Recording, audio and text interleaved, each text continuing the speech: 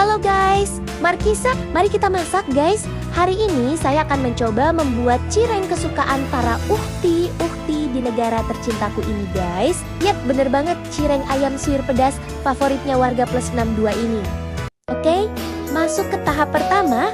Dari mulai mencuci ayam potong, merebus ayam, menyuir ayam, sampai aku menumis ayam suwir, aku lakukan semuanya sendiri guys. Gak mungkin kan aku minta bantuan tetangga? Haha. Oke, setelah itu lanjut ke adonan guys. Buat adonan sekalis mungkin guys. Lalu cetak cireng membentuk pastel, lalu goreng di minyak panas, sebentar angkat dan tiriskan. Hidangkan cireng dan markiman guys. Mari kita makan. Bismillah. Allah